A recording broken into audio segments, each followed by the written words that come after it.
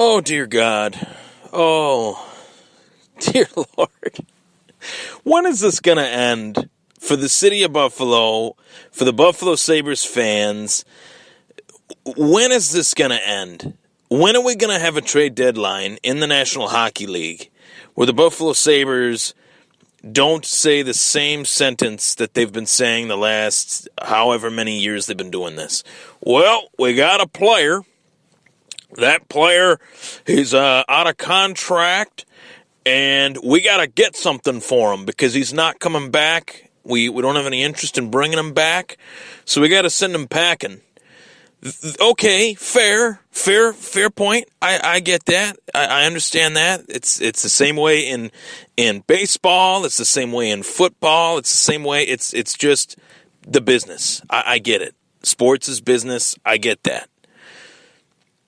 But for the Buffalo Sabres, they'll settle for anything. They won't name their price and have people come to them. They will go to the teams and say, we're looking to trade this player. What will you give us?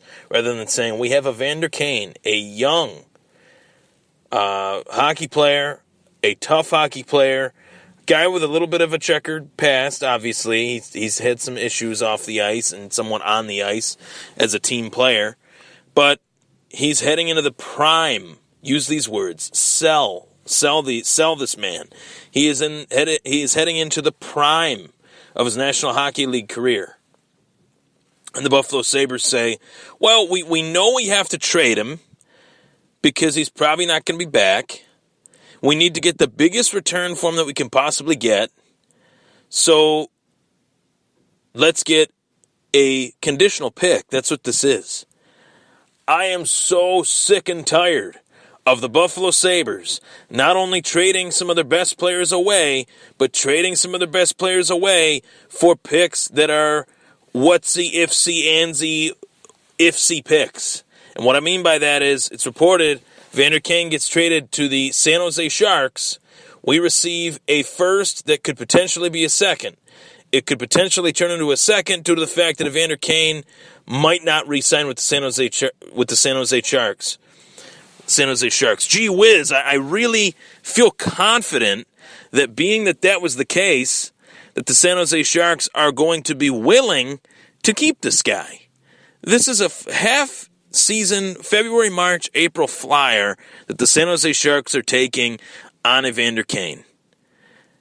And to be honest, I will be honest with everybody. I will be honest on the podcast. It's probably the first time in a while that I can talk about a situation and not feel fully dedicated to it because I've been pissed off the last 6-7 years at the Buffalo Sabres. Is anyone aware of what we've had to witness? We witnessed a complete destruction of their team, only for their team to rebuild. And yet the rebuild by former GM Tim Murray goes for completely, utterly, totally nothing outside of Jack Eichel, in my opinion. Rasmus Ristolainen, he was picked from Darcy Regier. Ryan O'Reilly, everybody knows my opinion on him. I'm not enamored with the guy. I think he's a true face-off master. Outside of that, I'm not too thrilled. So I am very annoyed, agitated, frustrated, pissed off at the fact that Buffalo Sabres fans, diehard fans that are I'm more of a football guy. I'm more of a combat sports guy, more of a baseball guy. But how can Buffalo Sabres fans be okay with this? How? In what reality is it okay as fans to accept your team accepting less than what a player is worth? I'm driving back. I'm running some errands today. And I hear the guys on WGR 550, Mike Schopp and the Bulldog, talking about how they don't feel they got enough of a return. I think if you asked 10 Sabres fans, 8 or 9 would say the same thing. They didn't get enough of a return. And how many times have we said that about previous Buffalo Sabres players? How many times? I can't even count. I could go all the way back to 2006, 2007. And there's a laundry list of players that they've traded away for little to nothing. They traded Brian Campbell away for Steve Bernier. I mean, I can go on and on and on about players that they've traded away. They're some of their best players, and they've gotten little in return. And yet, they wonder, as an organization, the Sabres, the media wonders, and their fans wonder why they are not good. I don't get it. I don't know if I'm missing something, but I'm pretty sure that if you're a sports team and you trade away some of your best players for little to nothing in return, you're not going to get better. People are saying, well, they got a pick. That's all they've been doing the last 5 to 10 years is trading players away for picks. That's it. That is all they've been doing. And it's gotten them nowhere. We saw the return that the New York Rangers got for Rick Nash today. Rick Nash, I'm pretty sure, is a lot older than Evander Kane. I don't know his exact age, but I'm pretty sure he's a lot older. A lot older than Evander Kane, and the Rangers got the return for him. Is Evander Kane Rick Nash? No. But as a GM, Jason Botterill gets a F+. He invented a new grade. Not an F, an F+. That is my grading system for the most epic failure of a trade deadline that I've seen since, well, Tim Murray, the last crappy GM that the Buffalo Sabres had. And I hate to do that. I hate to say crappy, and I hate to throw, venom at anyone. Jason Botterill walked into a terrible situation, a situation that I wouldn't wish to be in, and a situation that most GM candidates didn't want to be in coming here. But he came here and said that he wanted to help us out. I respect him for that for sure. But this is a F+ in terms of Jason Botterill. An F+. And I understand that grade does not even exist. But rest assured, I'm going to grade him an F+. An F+ to me, it's a made-up grade by yours truly, the Thomas Take. Ryan Thomas, the host, saying that this is one of the worst trades that the Sabres have made in recent memory. One of the worst. This was talked about for years, that the Sabres were going to trade Evander Kane. And here we are. He's traded off to the San Jose Sharks for what is now a second. If he resigns with the San Jose Sharks, it's a first, not in 2018, mind you, but in 2019. I believe they received a 4th-round pick as well in 2020. I could be wrong on that. I only looked at the original report of the trade. Evander Kane traded to the San Jose Sharks for what could possibly be a first-round pick if he stays with the Sharks, which he's probably not going to. I hate these types of trades. They did it with Ryan Miller. They've done it before. They've made so many moves. They've deconstructed their team, reconstructed their team, deconstructed their team, reconstructed their team, that I don't even know how to keep up with it. And I enjoy keeping up with this stuff. For Pete's sake, I have a sports podcast. Of course I like to keep up with this stuff. But what are we talking about now? What are we doing? What is the direction of this team? Are we rebuilding again? Are we just trading baggage away? What is the direction of this team? These are the questions that I expect to be asked of GM Jason Botterill and Phil Housley. Mind you, there's a lot of people calling for Phil Housley's head. I'm not one of those guys. I think Phil Housley has only joined the circus. You can't fire a guy on his first day on the job, and he's been here a year, not even. So I'm not willing to throw him under the bus just yet. And I mean, and I say just yet, underlined in fine print, just yet. So far, not so good. So far, what is next? Robin Lehner, the goaltender of the Sabres, says he wants to be traded. Send him packing. Realistically, why not at this point? If you're trading Evander Kane for conditional picks, why not send Lehner packing as well?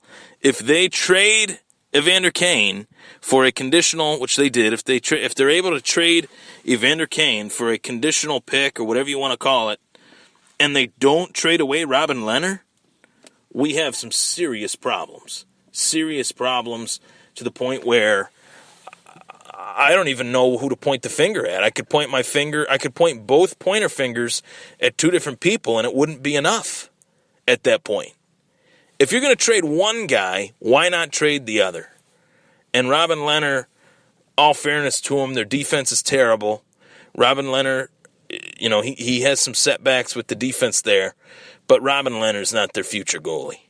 If someone asked 10 Sabres fans, again, I'll use the 10 Sabres fans line. If someone asked 10 Sabres fans, is Robin Lehner their realistic future goalie? Probably 7 or 8 would say no. Maybe 6. I'd say 6 to say, to be generous, to be fair, to be nice. But 7 or 8, I think realistically would say no. No, he's not. And I don't know what's next for this team, but I know that this officially confirms that they are just a mess. I mean, they've finished in the bottom for the last 4 or 5 seasons. They had 2 second overall picks in a row with Sam Reinhart and Jack Eichel. I thought they really struck gold with the Kane, Eichel, Reinhart line, which seemed to just evaporate and never to be talked about again for some weird reason. I think Rasmus Ristolainen has had some slip-ups for sure, but I still think he's reliable. But outside of that, Scandella has been Jason Pominville coming back, I mean, I love Palmer's just as much as any Buffalo fan, but those days are gone. Those days are long gone of his prime. I'm just at a point now where I will keep track. I'm not saying I'm not going to be a Sabres fan, but they are officially in the joke status to me. Officially. This confirms it with this regime. To trade a player like Evander Kane away and get a second-round pick in next year's draft, not 2018, terrible. That's terrible. A bad audition for Jason Botterill, I think. You knew that Evander Kane was going to be traded probably. It had been talked about for years. Almost since the moment Evander Kane got here, he was scrutinized and shafted and talked about negatively. There was an incident downtown in Buffalo, I think, or something like that. I didn't really keep up with it, but I think the kid can play, personally. So good luck to him on his next stop. I know that he's probably relieved. I would be. I'd be really relieved knowing that I went from one team that was scrutinized, that put me in such, dire straits, so to speak, just talking mad crap about me. And now I'm moving on across the country to San Jose, California. I mean, weather-wise, he's got to be happy. Realistically, we're heading into spring, so weather doesn't really matter, but, he's probably happy. He's not on a transitional team that's constantly rebuilding itself. He's on a team that has some pieces. So I'm agitated. I really am. This is it's disgusting. I can't understand for the life of me why any Sabres fan at all, would be okay with these conditional pick trades. I just don't get it. Well, we got to get something for him. How long have we been saying that? Well, we got to get something for him.